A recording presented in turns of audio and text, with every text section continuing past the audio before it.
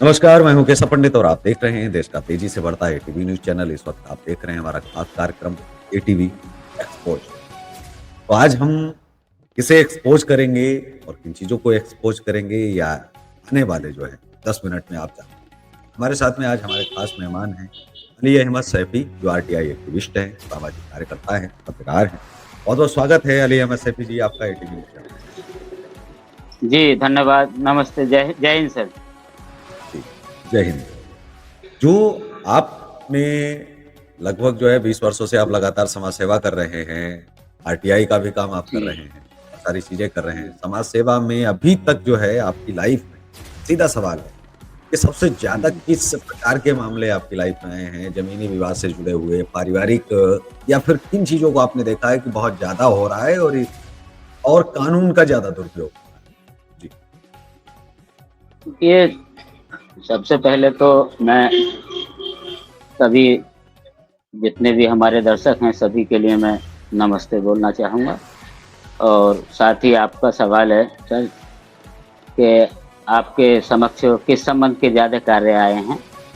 और तो मैं यही बताना चाहूँगा कि हमारे यहाँ कार्यपटल जो सामाजिक कार्यपटल है हमारे यहाँ, हमने जी, ऑफ़िस का संचालन किया हुआ है जनहित के लिए। इसमें तो सभी प्रकार के काम-काज आते रहे हैं लगातार, कोई भी काम ऐसा बचा हुआ नहीं है जिसमें हमारे पास नई कोई शिकायत आई हो, सभी शिकायतें आती हैं। लेकिन विशेषकर इस वक़्त के जो हालात हैं, पति-पत्नी के जो विवाद हैं, वो कुछ ज़्यादा आ रहे हैं, बहुत ज़्यादा।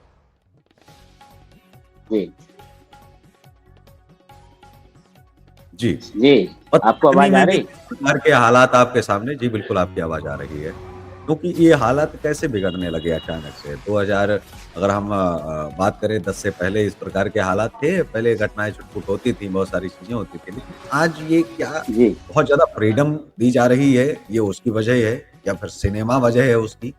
या फिर अश्लीलता जो फैल रही है वो वजह है या फिर जो हमारी एजुकेशन है उसमें कुछ ऐसा नहीं है खास करके जो तहज़ीब, तमीज़ और जो सम्मान और इज़्ज़त जो बताई जाती है कि ये 3-4 जो परिधान हैं वो स्त्रियों के होते हैं, वो भी कहीं न जी, कहीं खोते जी, जा रहे हैं।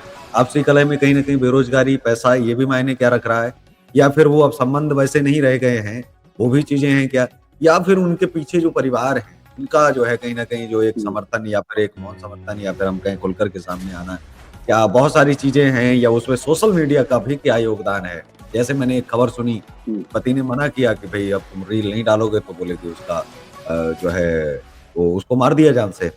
तो ऐसी घटनाएँ भी जी, आई हैं मोबाइल पहले तो घटनाएँ ये आती थी कि फ़ोन पर अगर कोई जी, बातचीत फ़ोन है और फ़ोन नहीं है, औरत छोड़ रही है तो कई तो स्त्रियों ने अपने पतियों की हत्या इस बात पर कर दी या उनको इस बात पर तलाक दे दिया। जी, को छोड़ दिया इस बात पर कि वो मोबाइल चलाने से मना करते थे। अब मोबाइल में धीरे-धीरे लोग आ गए ना, अब मोबाइल से दिक्कत नहीं है, अब रील जी, से या जो चीज़ें पड़ रही हैं उनसे अब दिक्कत है। शायद आने वाले टाइम में लोग नहीं रोका-टोकी करें लेकिन अभी भी है। तो उन जी, चीज़ों को भी जी, बुरा माना जा रहा है। क्योंकि अब जो सिर चढ़ के बोल रहा है, जो स्टारडम की हम स्टार बन जाएँगे रातों-रात सोशल मीडिया पे, ये भी कहीं न कहीं वजह है। क्या जी। वजह है आपको लगती हैं कि वो छोटी-छोटी सी क्या वजह है, बड़ी-बड़ी सी क्या वजह हैं, जिनको लेकर के जो है ये घर टूट रहे हैं और उनको लेकर के जो हर रोज़ खबरें जो आ रही है वो बड़ी खतरनाक हैं, डेंजर हैं। जी। जी, जी, मैं आपके सवाल समझ चुका हूँ। मैं जवाब के तौर पर आपको बताना चाहूँगा, अपने दर्शकों, अपने देशवासियों को बताना चाहूँगा कि मेरी नॉलेज में सर्वप्रथम जो मेरा विश्लेषण है इस संबंध में, वो यही है कि सर्वप्रथम पहले तो हमारे जो रोज़गार हैं, रोज़गार एकदम से ध्वस्त हो चुके हैं। हमारे भारत देश के अंदर अमूमन कई वर्षों से रोज़गार का बिल्कुल भी मामला कोई ऐसा नहीं है, कोई कामकाज इस तरह का नहीं है जो वो लोग अपनी जीविका के लिए पर्याप्त धनराशि कमा सकें। सर्वप्रथम तो मैं इसी नज़र से देखता हूँ कि बेरोज़गारी है इसमें मुख्य वजह इसके लिए कि जब रोज़गार नहीं होएगा, आर्थिक तंगी होंगी, तो मानसिक रूप से आदमी अस्वस्थ हो जाता है और अस्वस्थ होने के कारण फिर उसकी जो विवेचना करने की जो मेमोरी के अंदर क्षमता होती है, वो विवेचना जो है नहीं कर पाता कि उसको क्या सही है, क्या गलत है। इसमें उस फ़र्क को भूल जाता है और इसके साथ फिर हमारा जो मोबाइल देखने का हालाँकि मोबाइल बहुत अच्छी बात है, मोबाइल देखना कोई बुरी बात नहीं है सर। लेकिन अत्यधिक इसका प्रयोग करना भी मानसिक दृष्टि से उसको जो है बहुत कमज़ोर करता है मेमोरी को। मैं सभी दर्शकों से ये कहना चाहूँगा कि मोबाइल चलाएँ ज़रूर लेकिन बहुत सावधानी के साथ। इसका अत्यधिक सेवन करना से जो मेमोरी है हमारी उस मेमोरी को बहुत नुकसान होता है। विशेषकर फिर एक संदेश ये मैं ये भी देना चाहूँगा इस डिबेट के माध्यम से कि आप मोबाइल सेट का प्रयोग करें तो ब्लूटूथ से करें या फिर मतलब कान से बचा करके अलग थोड़ा दूर करके उसको हैंड फ्री से कर सकते हैं। हैंड फ्री से भी उसका जो साइड इफेक्ट है, इसकी जो तरंगे हैं वो इंसान को कम नुकसान देती हैं। और अगर कान पर लगाकर 10 घंटे, 5 घंटे, 6 घंटे आप उसको प्रयोग में लेते हैं, 5 से 6 घंटे तक, तो इसका जो है मनोदृष्टि पे बहुत गहरा प्रभाव पड़ता है, क्योंकि इसकी तरंगें आपने सुना ही होगा सर कि इसकी तरंगों से पक्षी तक भी मतलब जो है कई तरह के पक्षी भी नष्ट होने की कगार पर हैं। तो इंसान के लिए भी, इंसानी मस्तिष्क के लिए भी इसकी जो तरंगे हैं ये बहुत नुकसानदेह हैं। इससे मोबाइल को चलाएं लेकिन सावधानी के साथ चलाएं। फिर आपका प्रश्न था कि भाई ये आखिर पहले तो ऐसा नहीं होता था, अभी कुछ समय से लेके जो ज्यादातर मतलब हमारे जो पति पत्नी के विवाद हैं हमारे देश के अंदर, वो पति पत्नी के विवाद चरम सीमा पर इस तरह से कैसे हो रहे हैं कि वो एक दूसरे के जो संबंध हैं, मधुर संबंध होते हैं, पति पत्नी से बड़ा रिश्ता नहीं है दुनिया के अंदर कोई। अगर दुनिया के अंदर कोई रिश्ता है, सबसे बड़ा रिश्ता है तो वो पति पत्नी का रिश्ता है। उसके बाद आता है मुकद्दस रिश्ता माँ बाप का। तो पति पत्नी जैसे एक सबसे बड़े रिश्ते के जो तार कर रहे हैं आज हम, चाहे वो महिला को देखें, जेंट्स को देखें, ये दिन पर दिन प्रतिदिन ये घटनाएं बढ़ती चली जा रही हैं। तो इस संबंध में सर मैं अपने दर्शकों से यही कहना चाहूंगा, टीवी दर्शकों से, कि कम से कम इन सब चीजों से प्रेरणा लें। और ये जो नुकसान हो रहा है, ये जो मानव, जो हमारी जो मानव की जो एक छवि है, उस छवि के लिए जो सर्वश्रेष्ठ मानव है इंसान, इंसान की योनि सर्वश्रेष्ठ है। सर्वश्रेष्ठ होने के बाद बुद्धिजीवी भी परमात्मा ने इंसान को बनाया कि बहुत बुद्धिजीवी है इंसान, लेकिन बुद्धिमत्ता का बिल्कुल प्रयोग नहीं कर पा रहा है इस वक्त में, आज के हालात में सर।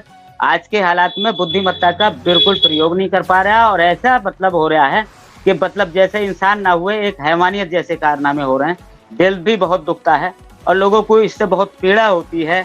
और ये संबंध जो हमारे आपसी संबंध हैं, तालमेल हैं, मतलब भाईचारा है, वो भी खत्म हो रहा है। और जो रिश्ते हैं हमारे, वो रिश्ते तो एकदम तार तार होते चले जा रहे हैं। इसकी कोई सीमा नहीं है, इसकी कोई मर्यादा नहीं है। मतलब चरम सीमा पे जो है बहुत नुकसान होता चला जा रहा है दिन पर दिन।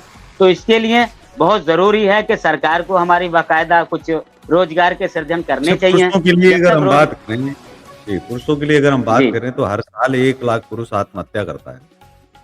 और जो महिला के मुकाबले बहुत ज्यादा बढ़ गया और हर साल बढ़ता जा रहा है। उसमें क्या आम आदमी और क्या बड़ा आदमी, मतलब जिनका पैकेज साल का करोड़ों रुपए का है, वो लोग भी आत्महत्या करते हैं। परिवार का जो एक तो परिवार छूट रहा है। तो ये कानून नहीं है क्या कि अगर एक व्यक्ति पढ़ाता है अपनी पत्नी को और उसके बाद सरकारी जॉब लगती है और वो अपने पति को छोड़ देती है, दूसरे के साथ सेट हो जाती है। और वो अपने उल्टा पति के ऊपर दहेज प्रथा, दहेज एक, और जिस तरह से जो डिमांड पैसे की रखी जाती है कि हम इतना लेंगे तो तलाक देंगे, और कई सारी चीजें जो है।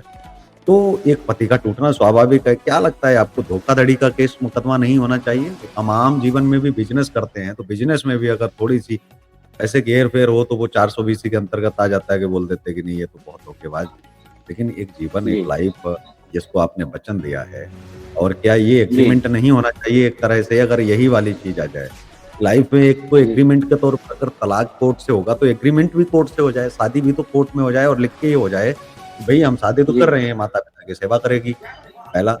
दूसरा, ये पैसे पैसे की बचत करके चलेगी।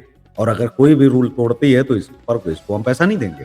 सीधी-सी बात है, बच्चों का पालन-पोषण करेगी, हमारा ध्यान करेगी। अगर हम इसको पढ़ाएँगे, लिखाएँगे और अगर वेतन में भी हम इसको सरकारी जॉब लगवाते हैं, तो सरकारी जॉब या नौकरी जो लेगी, वो पैसा जो आएगा वो ठीक वैसे ही आएगा, वैसे ही लगाया जाएगा। ये पैसा बिना अनुमति के एक कहीं भी ना अपने घर भेजेगी, ना कहीं बाहर भेजेगी। तो बहुत सारी चीज़ें होती है, बिना बताए पैसा कहीं डाल दिया। तो एक जो मर्यादाएँ हैं, ये भी एग्रीमेंट होनी चाहिए। अगर लाइफ में तलाक अगर कोर्ट से मिल रहा है, तो फिर शादी कोर्ट से हो तो फिर ऐसे ढंग से हो कि कम से कम तलाक पे जाकर के दोनों पक्ष सहमत तो हों।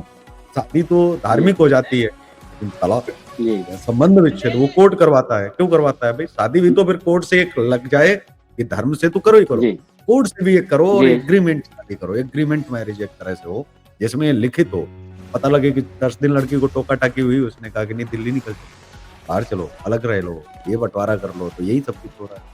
इसको कैसे आप देखते हैं कि क्या वास्तव में फिर एक एग्रीमेंट के तौर पर नहीं लेना चाहिए? जी। जी, एग्रीमेंट तो गवर्नमेंट ने इसकी तो सकारात्मक पहल की भी हुई है और कुछ राज्यों में इसको इंडिया में प्राथमिकता नहीं से है। लागू भी कर दिया नहीं, नहीं अपने है। इंडिया अभी में तो सर पश्चिम बंगाल पश्चिम बंगाल में मैं वहाँ पे मेरा सोशल वर्क है सर, पश्चिम बंगाल में तो बराबर रजिस्ट्रेशन हो रहे हैं, बिना रजिस्ट्रेशन के जी। शादी नहीं हो पा रही है, यानी निकाह नहीं, के साथ में रजिस्ट्रेशन एक अलग या विषय है। मैं ये नहीं कह रहा हूँ, आप मेरी बात को शायद ध्यान से नहीं समझे। पंजीकरण हो जी, रहा है, बिल्कुल सहमत हूँ। जी, जी, जी, पंजीकरण में जो एग्रीमेंट होना चाहिए, जो एक बनाना चाहिए कि ये काम करने ही पड़ेंगे। उन कामों को लेकर के अगर जब तलाक के समय में बहुत सारी चीज़ें पूछी जाती हैं, तो क्या जी, शादी के जी, समय ये ज़रूरी है कि वो सब कुछ भरा जाए, वो सब कुछ दिया जाए? कल को अगर हम आपकी अधूरी एजुकेशन पूरी करवाते हैं, आपकी जॉब लगती है, तो अगर आप छोड़ती हैं, तो उसका आपको खामियाज़ा भुगतना पड़ेगा, आपको देना पड़ेगा पैसा और हमें मतलब उल्टा हमें देना पड़ेगा। आपकी जी, जो जी, जी, जॉब है, वो आप पूरी लाइफ ये आप आधी बेहतर सैलरी आप हमें देते रहें। इस टाइप से एक एग्रीमेंट भी तो तैयार हो जाना चाहिए ना, पंजीकरण की बात मैं नहीं कर रहा हूँ। रजिस्ट्रेशन हो रहा है, ये जैसे बेहतर विदेशों में सवाल होती है। जी, जी, ये बेहतर सवाल है आपका, इस पे सरकार को प्राथमिकता से काम करना चाहिए क्योंकि इससे थोड़ा जो रिश्ते तार-तार हो रहे हैं, रिश्ते टूट रहे हैं, इन रिश्तों में टूटने में बहुत कमी आ जाएगी। इस पर सरकार को विचार करना चाहिए, ये सकारात्मक पहल होएगी। इस तरह से यदि सरकार रजिस्ट्रेशन प्रक्रिया के साथ में ये चीज़ें भी उसके अंदर लिखवाए और ये लिखी जाए एग्रीमेंट के अंदर, तो इससे फ़र्क आएगा। और फिर एक सवाल आपका इसमें ये भी था सर कि मतलब जो रिश्ते हैं, ये रिश्ते इतनी जल्दी से और इस तरह से ऐसे कैसे तार-तार हो रहे हैं, कैसे टूट रहे हैं? इससे इसमें ये है कि देखिए पति और पत्नी का जैसे मैंने अभी कुछ देर पहले आपको बोला ब समझा बताया कि देखिए जो पति-पत्नी के संबंध होते हैं, ये बहुत बड़ा रिश्ता है, दुनिया के अंदर सबसे बड़ा रिश्ता है। इसमें एक-दूसरे को समझने की ज़रूरत होती है, एक-दूसरे को वक़्त समय यानी पूरा वक़्त देने की ज़रूरत होती है, जितना वक़्त पर्याप्त उसको पत्नी को देना है, वो पति दें और जितना पति को चाहिए इतना पत्नी दें, दोनों का दायित्व है, दोनों को बराबर-बराबर दोनों की भागीदारी है, दोनों का एक-दूसरे के जिस्म पर, तन पर, मन पर एक-दूसरे पर कब्ज़ा है और उसको लीगल तरीके से उसको मानना चाहिए और दिल की गहराइयों से स्वीकार भी करना चाहिए उस रिश्ते को, क्योंकि ये रिश्ता ऐसा नहीं है जिस तरह से लोग आज इस रिश्ते को लेकर के अपना जीवन व्यतीत कर रहे हैं। ये बहुत ठीक है। अब एक घटिया सवाल और आता है। निचले जी, जी, जी, जी, जी सर। इंटरकास्ट मैरिज को सरकारें एक तरफ बढ़ावा दे रही हैं कि आप दूसरी जाति जो व्यवस्था बनी हुई है पहले से, उसमें आप शादी करते हैं तो हम पैसे देंगे, कहीं 2 लाख दे दिए जा रहे हैं या 5 लाख दिए जा रहे हैं। वहीं इंटर रिलीजन जी, मैरिज पर बहुत सारे प्रतिबंध लगाए जा रहे हैं कि आप शादी कर लेंगे तो धर्म नहीं बदल पाएँगे या बहुत सारी चीज़ें जो आ रही हैं वो अवैध शादी मानी जाएगी। कभी सुप्रीम कोर्ट का बयान आता है या फिर कभी सरकारें अपनी तरफ से जो है बहुत सारी चीज़ें करती हैं। कैसे देखते हैं कि अगर शादी तो एक अपना निजी मामला है, अगर धार्मिक लोग चाहते हैं कि धर्म में ही अगर हो और हर धर्म चाहता है, तो या तो जी, फिर उसी को सरकार बढ़ावा दे या तो बराबर दे, जाति और धर्म को बराबर ही एक तरह से कर दे कि कोई कहीं भी शादी कर सकता है। इतनी या तो उसको फ्रीडम हो जाए जब सभी नागरिक हैं इस देश के। कोई भी एक जी, नागरिक दूसरे नागरिक के साथ में संबंध बना सकता है, मतलब वो संबंध स्थापित कर सकता है। स्थापित का मतलब है कि वो अपना कल को रिश्तेदारी निभा सकता है, कल को उसके साथ जो है जी, जा जी, सकता जी, है। तो जी, या तो इंटर कास्ट जी, और इंटर रिलीजन को एक साथ जोड़ दिया जाए, इंटर स्टेट मैरिज अगर हो रही हैं तो उनको भी जोड़ा जाए और अगर नहीं तो फिर इंटर कास्ट मैरिज पर भी इतना ज़ोर क्यों? इस चीज़ के लिए कि नहीं भई ब्राह्मण की लड़की है और वो अगर किसी अन्य जाति में जाती है तो इसके लिए पैसे उसको दिए जा रहे हैं। तो क्या कहने का मतलब क्या है कि अगर कोई उससे जाएगा तो बहुत ज़्यादा क्या परिवर्तन हो जाए और क्या चीज़ें जो छुआ-छूत जैसी चीज़ें हैं वो खत्म होनी चाहिए? या फिर इन चीज़ों से कोई ज़्यादा बड़ा विज्ञानवादी देश हो जाएगा, बहुत ज़्यादा विकास जो है कर लेगा। ये सब चीज़ें जहाँ नहीं है, वहाँ बहुत ज़्यादा का विकास होगा। जी। देखिए इसके अंदर तो गवर्नमेंट को जो है ना इस पर ध्यान देने की ज़रूरत है क्योंकि और आम जन को भी इस पर ध्यान देने की ज़रूरत है कि हम तो सब आप लोगों का रिफॉर्मेशन दायित्व की बात बनता है, कर रहे हैं कि रिफ़ॉर्म होना चाहिए, मतलब सुधार होना चाहिए, सुधार। सुधार होना चाहिए। जी, जी। जी। जी सर, आपको आवाज़ आ रही? हाँ, बिल्कुल आपकी आवाज़ आ रही है। आप ये कह रहे हैं कि इनमें जो है सरकार को सुधार करना चाहिए, पैसा हल नहीं हो सकता है। आप किसी चीज़ को पैसा दे रहे हैं, वो तो चीज़ बढ़ावा होगी ना, जो लोग नहीं चाह रहे होंगे, वो तो पैसे के लिए पैस फिर वो चीज़ करेंगे। जैसे आपने कहा कि हम 10 लाख पैसे रुपए के लिए दे करें। रहे हैं। जैसे आपने जी, कहा हम 10 लाख दे रहे हैं शादी के लिए, जैसा किया गया था राजस्थान में। तो उन्होंने कहा कि हम जी। आएँगे तो इंटर रिलीजन शादी होगी या इंटर कास्ट मैरिज जो होगी, उसमें क्या हम करेंगे कि हम आपको 10 लाख रुपए देंगे। तो लोग तो शादियाँ करेंगे ना, ना कि फिर नौकरी पर जुटेंगे। कहेंगे एक एक को शादी की, शादियाँ एक करेंगे को केवल। तलाक दे जी, दिया, जी, फिर दूसरे की दूसरी जब जी। पैसा खत्म हो गया, तीसरी की, दूसरे फिर की। चौथी की। तो वो तो लाइफ में शादी करते रहेंगे, उनको तो ज़रूरत नहीं है इससे तो ना किसी काम को करने की। जी, इससे तो खराब हो जाएगा और सिस्टम। इससे जी, बनेगा नहीं, बिगड़ जाएगा, खराब हो जाएगा। पैसे से जी, पैसा स्थायी समाधान नहीं है, बल्कि सुधार की जी। आवश्यकता है। जी। हाँ। मतलब रिफॉर्मेशन की बातचीत होनी चाहिए, उनको सिक्योरिटी की बातचीत होनी चाहिए, परिवारों को समझाना चाहिए, जुड़ें कैसे। उनको आप घर मकान जी, रहने के लिए दे दीजिए अगर घर से बेदखल कर दिए जाते हैं, समझाने की मतलब कुछ चीज़ें हो सकती हैं कि नौकरी आप या कुछ ऐसा कुछ आप करिए कि नौकरी जैसी चीज़ें आप छोटे भी पदों पर दे दीजिए जिनको आवश्यकता है वो। और जो बहुत मजबूत हैं तो जी, उनमें आप सहायता करो, सुरक्षा दो, इन चीज़ों का लेकिन पैसा जी। समाधान नहीं हो सकता है। ठीक है, क्योंकि सरकार पैसा में जो समाधान टैक्स नहीं है। भरते हैं, वो उम्मीद करते हैं कि लोगों के विकास में पैसा लगे, लेकिन ये कौन-सा विकास है? अब पहले ही इतनी जनसंख्या है, इतनी शादियाँ हैं, तो अब इसमें ही पैसा लगाते जी, अगर रहेंगे तो अच्छे कामों पर कब पैसा लगेगा, जिनको आवश्यकता है। अब जी, शादी अगर की है, तो शादी किसी का अपना निजी विषय है, शादी की है सरकार, सुरक्षा उसको दे और वो खुद कमा कर के जी। खिलाए। अगर उसको इतनी खुद क्षमता कमा नहीं है, करके तो वो खिलाएँ। जी। जी, अगर क्षमता नहीं है, तो शादी कर ही क्यों रहा है? किसने कहा है? शादी लोग कर कहते ही हैं ना क्यों कि रहे हैं? पैरों पर बिल्कुल राइट, जी। राइट। अपने पैरों अब पे खड़े होने के बाद शादी करें, शादी तो स्वयं के पैरों से चलेगी ना सर। ये जी, गवर्नमेंट के इस पे डोनेशन पर नहीं। जी, बिल्कुल। हुँ, एक और सवाल है, ख़ास करके जब आप समाज सुधार की बात करते हैं, रिफ़ॉर्मेशन की बात करते हैं कि रिफ़ॉर्म होना चाहिए। भारत के अंदर जी, हमने देखा है कि छोटे-छोटे बच्चे जो भीख माँगते हैं, हुँ। भीख माँगना आप पहली बात तो क्या कहेंगे, बिज़नेस कहेंगे या आप ज़रूरत कहेंगे या आप इसे कहेंगे वर्क कहेंगे? क्या ये वर्क के दायरे में आता है जी, या नहीं आता है? दूसरी बिज़नेस बात के है रूप में कि हाँ, दूसरी बना बात रखा है। मैं सवाल कंप्लीट बस कर लूँगा, फिर आपको जवाब देने में बड़ी आसानी रहेगी। दूसरा जी, सवाल है कि भारत में जो है जो जो श्रम है वो अवैध है और उसको लेकर के लगातार प्रयास किए जा रहे हैं। क्या कभी आपको लगा नहीं कि जो बाल श्रम वो जिसमें पैसे मिले, वो श्रम, जिसमें जी, पैसे मिले, जी, वो जी, कला नहीं हो सकती। अब जी, जैसे कोई एक बच्चा 8 साल का, 10 साल का, 12 साल का करोड़पति है और वो फ़िल्मों में काम कर रहा है तो जो फ़िल्मों में काम कर रहा है, क्या वो श्रम नहीं है? वो क्या पैसा लेकर के काम नहीं कर रहा है, वो तो पैसा लेकर के काम कर वो रहा है भी वो और वो अपना पेट श्रम भर में रहा है। आएगा। दूसरा हाँ, वो भी जी, तो श्रम में है और दूसरा अगर हम ये देखें, वो कहेंगे कि ये कला है तो फिर पैसे क्यों ले रहा है? और पैसा अगर ले रहा है तो फिर काला जो नीचे व्यक्ति है जिसके परिवार में पिता नहीं है, माता नहीं है और काला नहीं। परिवार में बड़ा है, मान लीजिए 15 साल का है, अब वो भीख नहीं जी, माँगना चाहता। भीख एक पल के लिए मान जी, लें कि भीख की कोई पाबंदी नहीं है, तो भीख नहीं माँगना चाहता, अच्छे परिवारों से है, लेकिन या नहीं भी जी, अच्छे परिवार से है, तब भी भीख माँगना उसको गँवारा नहीं है। अब ऐसे में वो जी, क्या करता है कि कहीं किसी दुकान पर काम करता है, तो काम जो लोग करते हैं वो तो हुँ, मजबूरी में करते हैं, काम करना कौन चाहता है? तो वो बेचारे दिन-रात बर्तन धोते हैं, कहीं कुछ करते हैं, वो वहाँ कुछ लोग पहुँच करके समाज सेवा के नाम पर या हम कह लें या फिर उनको तंग किया जाता है। एक तो उसने नौकरी दी, हर रोज़ तो वो भी पेट नहीं भर सकता है, जिसने काम दिया है। जी, तो वो काम दे देता है कि ठीक जी, है बेटा आप काम जो है कर लो, पैसे दे रहा है, काम अच्छा कर रहा है। उसके परिवार का भी भरण-पोषण जी, हो रहा है। जब कोई जी फ़ोन कर सर देता आपका है सब तो कार्यवाही होती है काम देने वाले पर। आपको क्या लगता नहीं कि ये पूरी तरह से ज़्यादती है? क्योंकि प्रोड्यूसर के ऊपर भी वही कार्रवाई होनी चाहिए जो दुकानदार के ऊपर है और कार्रवाई होने से जी, पहले क्या इस देश में अगर 15 साल के बच्चे को ज़रूरत है कि बाल पेंशन योजना जैसी कोई योजना लागू नहीं होनी चाहिए? जैसे हम मानते हैं कि 60 साल के बाद में कोई काम करने के लायक नहीं रहता तो उन्हें वृद्धावस्था पेंशन बाँध दें। और हम ये मानते हैं 18 साल से पहले भी काम नहीं करने के लायक है।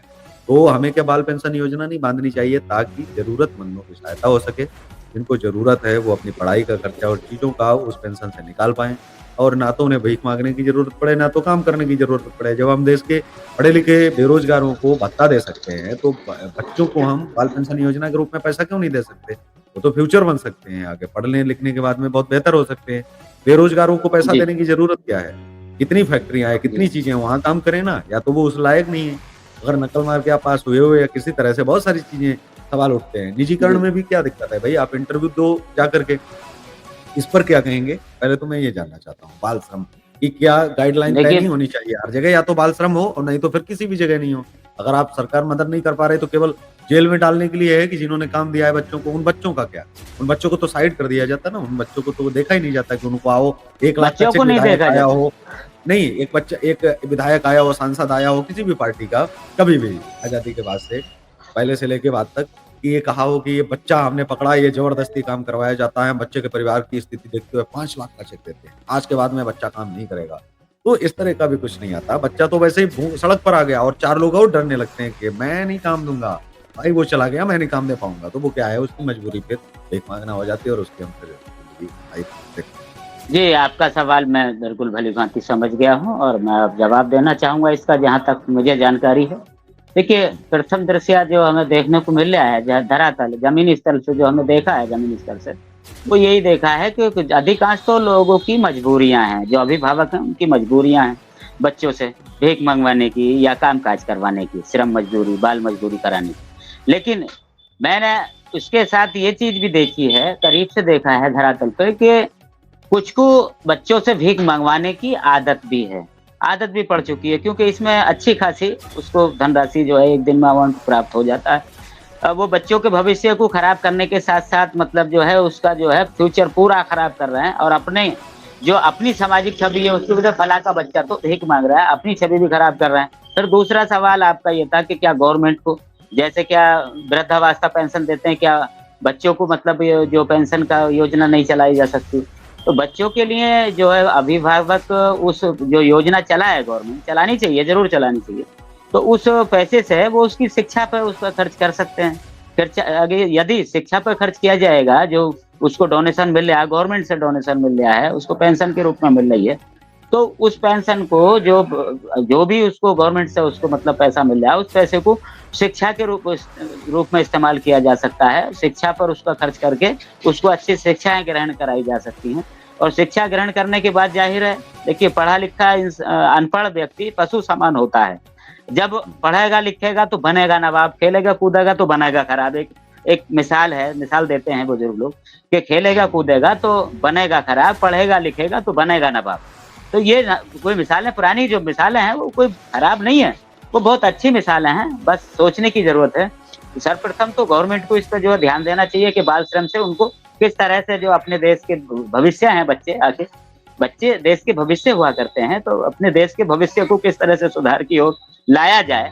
तो इसके लिए बहुत अच्छा मतलब आपका सवाल था, इस पे गवर्नमेंट को ध्यान देना चाहिए। बच्चों के अभिभावकों को कुछ डोनेशन बच्चों की पेंशन के रूप में उसको देने से बहुत अच्छी सकारात्मक पहल होएगी, जिस पर गवर्नमेंट के लिए भी वाहवाही के साथ एक देश का भविष्य भी जो अंधकार में डूबता चला जा रहा, उस अंधकार जी। से भी बच्चों के भविष्य को निकाला जा सकता है ना सर? फिर दूसरी बात देखिए, मैं यही कहना चाहूँगा अभिभावकों से भी कि भीख की ओर अब अपने बच्चों को कुछ लोग मजबूर भी हैं, उनको ये भी नहीं कहा जा सकता, कुछ लोगों की मजबूरियाँ इतनी हैं कि वो बच्चों को आगे बढ़ा देते हैं, बच्चों को देखिए शर्म नहीं लगती, बच्चों को जैसे पढ़ाया जाता है, वैसे ही बच्चा भली-भाँति उसको पढ़ लेता है। जैसे उसे गाइड करेंगे वैसे ही वो चलने लगेगा, को कहते हैं ना कोरा, कोरे घड़े पे जैसे रंग चढ़ाएँगे वैसे ही रंग चढ़ जाएगा। तो बच्चे पे जो कोरा दिमाग है उसका, उस दिमाग में जैसी भी यानी नेगेटिव या पॉजिटिव जो भी जिस तरह की भी एक्टिविटी उसके अंदर डालना चाहेंगे, उसको प्रेरणा देना चाहेंगे, उसी तरह से वो आगे निकलने लगता है, बढ़ने लगता है। तो हुँ, अभिभावकों से भी मैं यही कहना चाहूँगा, अपने जो देश के अभिभावक हैं, हमारे इसके मतलब जो है ये टीवी देखने के दर्शक हैं, वो सबसे मैं यही कहना चाहूँगा जो इस वीडियो को देखें, कि अपने बच्चों को पढ़ाई की ओर अग्रसित करें, पढ़ाई की ओर उनका ध्यान केंद्रित करने के लिए प्रयास करें और ये भीख माँगना कोई अच्छी बात नहीं है, भीख माँगना तो बहुत घटिया बात है, कुप्रथाओं में शामिल है। तो हम अब देखिए एक हम शर्त अगले सवाल की अभी तरफ मेरी चलते बात हैं। अभी सर अभी जी, थोड़ी-सी मेरी बात रह गई, क्योंकि अंदर थोड़ा-सा अगर हम दिमाग चूँकि में समय अगर का मुँह भी ध्यान ज़बान रखें। पे हाँ, जी, हाँ। नहीं मैं जी, जी। छोटी-छोटी बस बात कर रहा हूँ। सवाल 2-3 है। देखिए सिख सिख सिख सिख है ना सिख, तो सिखों हुँ, में कभी भी बहुत ज़्यादातर आपने भी देखा होगा, मैंने भी देखा कि वो लोग भीख नहीं मँगवाते बल्कि अपने बच्चों को काम-काज की ओर करते हैं, अगर सिर्फ़ उन्हें समझाते हैं। बल्कि हुँ, और अन्य जो कौम है, अन्य जो बिरादरियाँ हैं, उन हुँ, बिरादरियों में सिखों के अलावा भीख की ओर हुँ, अपने बच्चों को अग्रसित करते हैं, भीख की ओर की प्रेरणा देते हैं। तो कम से हुँ। कम सिख समुदाय से इस बात की प्रेरणा लें हमारे देशवासी जो इस तरफ बच्चों के रुझान करते हैं, पैदा करते हैं कि भई भीख माँगो। भीख से बचना चाहिए, जहाँ तक प्रयास हो सके मेहनत कर अपना जीवन यापन करने की प्रेरणा बच्चों को दें। जी, आप बताएँ? ठीक है। जी, प्रत्येक विद्यालय के अंदर क्या 5 चीज़ें नहीं की जानी चाहिए, जो आम जीवन में हमारे काम आती हैं? पहला, तो एक अच्छी अंग्रेज़ी बोलना, जिसको लेकर के अब एक जी, प्रचलन बन गया है, तो ज़ाहिर-सी बात है कि हमें उस पर फिर ध्यान देना पड़ेगा। ये तो हम कह ही नहीं सकते ना जी, कि हम अंग्रेज़ी का विरोध कर रहे हैं, हमें अंग्रेज़ी के साथ नहीं आना चाहिए। दुनिया पढ़-पढ़ के इसीलिए आगे बढ़ रही है क्योंकि हमने अपने बच्चों को संविधान नहीं पढ़ाया। ये हमारी गलती है, हम जी, इसीलिए बहुत पीछे हैं। हमें लड़ना जब कहीं जी, पड़ता है या हमें बचाव करना पड़ता है, तो हमें संविधान का ही सहारा लेना पड़ता है। यही जी, सच्चाई जी, है, नहीं जी, तो जेल में जी, सड़ो। अगर आप संविधान को छोड़ जी, कर के आप जा रहे हो, तो संविधान अगर शुरुआत से ही पकड़ के चलो, जो आपको पता है कि यही हथियार प्रमुख है, ये जी, चलाना भी नहीं पड़ता है। अगर आपके हाथ में है, तो ही दुश्मन देख के भाग जाएगा। दूसरा सवाल ये आता है कि जी, एक अच्छी ड्राइविंग, जैसे कि कार चलाना, जैसे विदेशों में सिखाया जी, जाता है।